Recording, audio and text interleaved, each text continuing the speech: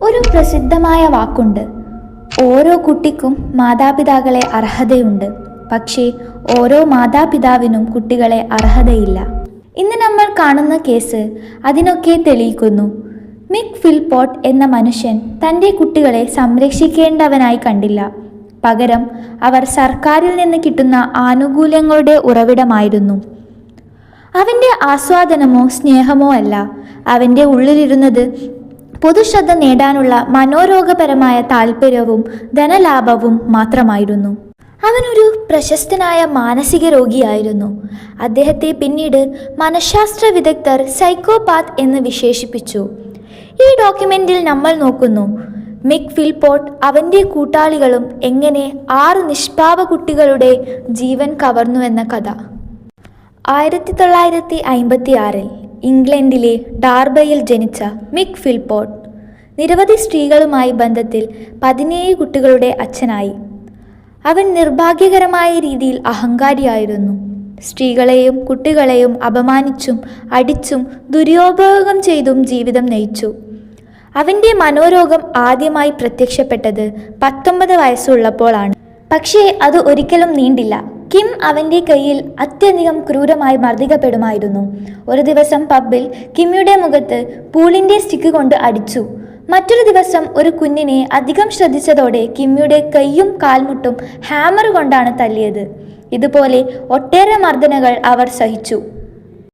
1978 July Kim ഒരു breakup letter അയച്ചപ്പോൾ ഫിൽപോട്ട് ആർമിയിൽ നിന്ന് എവോളായി മാറി. അവളുടെ വീട്ടിലേക്ക് കയറി കിടപ്പുമുറിയിൽ കയറി കത്തികൊണ്ട് 27 തവണ കുത്തുകയായിരുന്നു.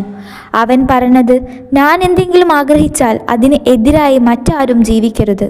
അവളുടെ അമ്മ ഇടപെട്ടപ്പോൾ അവളെയും 11 തവണ കുത്തി. അതേസമയം അമ്മ ഭീകരമായി പരിക്കേറ്റപ്പെട്ടിട്ടും ആംബുലൻസിന് ഫോൺ ചെയ്യാൻ തുടങ്ങി. ഫിൽപോട്ട് അത് കണ്ട് വെറുതെ പുച്ഛിച്ചു. കോടതിയിൽ അവൻ എല്ലാം തള്ളുകയും സെൽഫ് ഡിഫെൻസ് ആണെന്ന് വ്യാജം ആരോപിക്കുകയും ചെയ്തു. പക്ഷേ തെളിവുകൾ അതെല്ലാം വ്യാജമാണെന്ന് തെളിയിച്ചു. അവനെ 7 വർഷം തടവ് ശിക്ഷ വിധിച്ചു. പക്ഷേ വെറും 3 വർഷവും 2 മാസവും കഴിഞ്ഞതോടെ നല്ല പെരുമാറ്റം എന്ന പേരിൽ വിട്ടയച്ചു.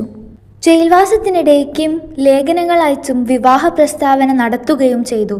കിം ഇന്നും ഈ സംഭവത്തിൻ്റെ ഭീകരത ഓർത്ത് കൗൺസിലിംഗ് തുടരുകയാണ്. 1986 ജയിൽവാസം കഴിഞ്ഞ് മടങ്ങിയപ്പോൾ പമേല എന്ന സ്ത്രീയെ വിവാഹം ചെയ്തു. അവർക്ക് 3 കുട്ടികളുണ്ടായി. എന്നാൽ അതിനോടൊപ്പം അതേ മർദ്ദനവും കുറ്റവാളിത്തവും തുടരുകയായിരുന്നു.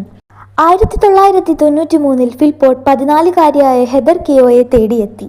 അവർക്ക് 2 ആൺകുട്ടികൾ ജനിച്ചു. എന്നാൽ പെൺകുട്ടിയില്ലെന്നതിൻ്റെ പേരിൽ മർദ്ദിക്കുകയും ചെയ്തു. പിന്നീട് അവളെ വീട്ടിൽ നിന്ന് പുറത്തേക്ക് തടഞ്ഞു നിർത്തി. പോയാൽ കത്തിവെച്ച് കൊല്ലുമെന്ന് ഭീഷണിപ്പെടുത്തുകയും ചെയ്തു. ഒടുവിൽ അവൾ ചാടി രക്ഷപ്പെട്ടു. 2000 ഫിൽപോട്ട് 19-കാരിയായ മെറെ ഡഫിയുമായി ബന്ധം തുടങ്ങി. തുടർന്ന് ലിസ വിൽസം എന്ന 16-കാരിയും കൂടി. ഇരുവരും ഒറ്റ വീട്ടിൽ താമസിച്ചു. വ്യത്യസ്ത അമ്മമാരിൽ നിന്ന് 11 കുട്ടികൾ. സർക്കാർ ആനുകൂല്യങ്ങൾ കിട്ടാൻ വേണ്ടി കൂടുതൽ കുട്ടികളെ ഉണ്ടാക്കാൻ ഫിൽപോട്ട് ആഗ്രഹിച്ചു.